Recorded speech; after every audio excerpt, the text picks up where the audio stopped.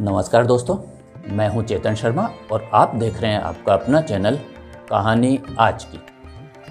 और कहानी आज की में मैं बात करने जा रहा हूं देश के महानतम हॉकी खिलाड़ियों में से एक मेजर ध्यानचंद की।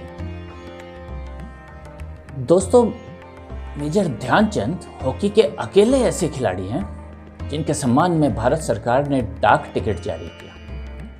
उनके जन्मदिन 29 अगस्त को हर वर्ष राष्ट्रीय खेल दिवस के रूप में मनाया जाता है। और 1935 में अपने ऑस्ट्रेलिया दौरे के दौरान जब मेजर ध्यानचंद की मुलाकात डॉन ब्रैडमैन से हुई तो उन्होंने टिप्पणी की थी कि ये हॉकी के गोल भी ऐसे स्कोर करता है जैसे कोई क्रिकेट में रन बना रहा हो। ऐसा कहा जाता है कि 1936 में मेजर ध्यानचंद की मुलाकात बर्लिन ओलंपिक के दौरान हिटलर से हुई और हिटलर ने मेजर ध्यानचंद को जर्मन सेना में कर्नल के पद का ऑफर दिया, जिसे उन्होंने स्वीकार किया। तो आइए दोस्तों, शुरू करते हैं कहानी मेजर ध्यानचंद की। मेजर ध्यानचंद का जन्म 29 अगस्त 1905 को इलाहाबाद जिला उत्तर प्रदेश में हुआ। पिता शारदा सिंह आर्मी में सर्विस करते थे और उनके छोटे भाई रूप सिंह आगे चलकर देश के महान हॉकी खिलाड़ियों में से एक बने। और ऐसे में एक प्रश्न आना स्वाभाविक है कि पिता का नाम शारदा सिंह, उनके भाई रूप सिंह, तो ये मेजर ध्यानचंद कैसे हुए? और इसका बैकग्राउंड ये है कि उन्हें जब वो आर्मी में सर्विस करते थे तो अपनी ड्यूटी की वजह से हॉकी के लिए प्रैक्टिस करने का पर्याप्त टाइम दिन में नहीं मिलता और वो रात को चांद की रोशनी में हॉकी की प्रैक्टिस किया करते थे। और इसी पृष्ठभूमि से उनका नाम प्रचलन में आया मेजर ध्यानचंद। 1922 में उन्होंने आर्मी में ज्वाइन किया और 1922 से 26 के बीच में देश में आयोजित विभिन्न प्रतियोगिताओं में वो सेना की टीम की तरफ से खेले। 1927 में उनका प्रमोशन हुआ लांस नायक के पद पर। और उनको बड़ा ब्रेक तब मिला जब 1928 के एम्स्टर्डम ओलंपिक में भाग लेने वाली भारतीय टीम में मेजर ध्यानचंद का सिलेक्शन किया।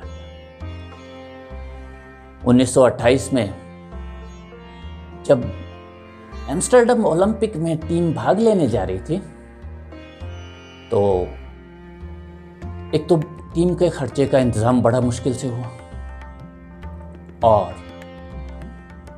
टीम को सी ऑफ करने के लिए मात्र 3 लोग गए थे। और जब एम्स्टर्डम में गोल्ड मेडल जीत के टीम लौटी है तो बॉम्बे हार्बर पर हजारों लोगों की भीड़ ने टीम का स्वागत। और हमारे जीवन में भी ऐसा ही होता है। जब हम किसी मिशन पर निकलते हैं, किसी महान कार्य की शुरुआत करते हैं, कोई बड़ा बीड़ा उठाते हैं तो हमारे साथ कोई नहीं होता। लेकिन जब हम कुछ अकम्प्लिश कर लेते हैं, सफलता प्राप्त कर लेते हैं, तो भीड़ जुटने में टाइम नहीं लगता। 1932 और 1936 के ओलंपिक्स में भी मेजर ध्यानचंद ने हॉकी टीम की कैप्टनशिप की और उस दौर को हमारे देश की हॉकी का स्वर्णिम युग माना जाता है।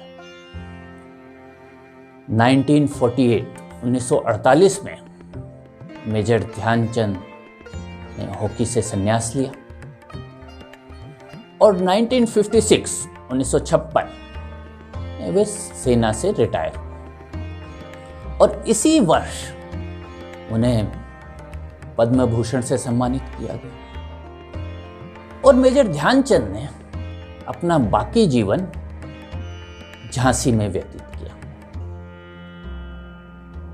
3 दिसंबर 1979 को